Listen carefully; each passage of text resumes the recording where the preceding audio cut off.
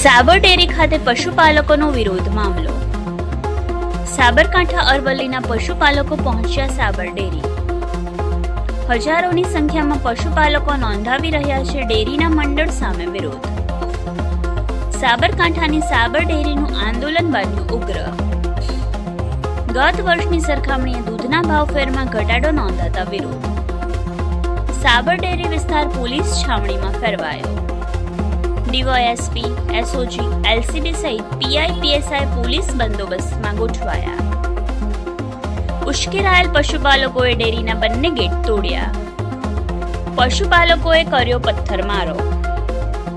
પોલીસે ટીયર ગેસના સેલ છોડ્યા. 3 લોકો થયા ઇજાગ્રસ્ત. સાબર ડેરીના મુખ્ય ગેટ સહિત સીસીટીવી પણ તોડ્યા. સમગ્ર વિસ્તારમાં મચી ભાગમભાગ. ભાવ વધારાની માંગ કરવા જતાં ઉગ્ર આંદોલન થયું. ટોળાએ પોલીસના વાહનો સહિત ડેરીના ગેટને નુકસાન કર્યું. રિપોર્ટર જીગર પંડ્યા, યશવી ગુજરાત ન્યૂઝ, સાબરકાંઠા.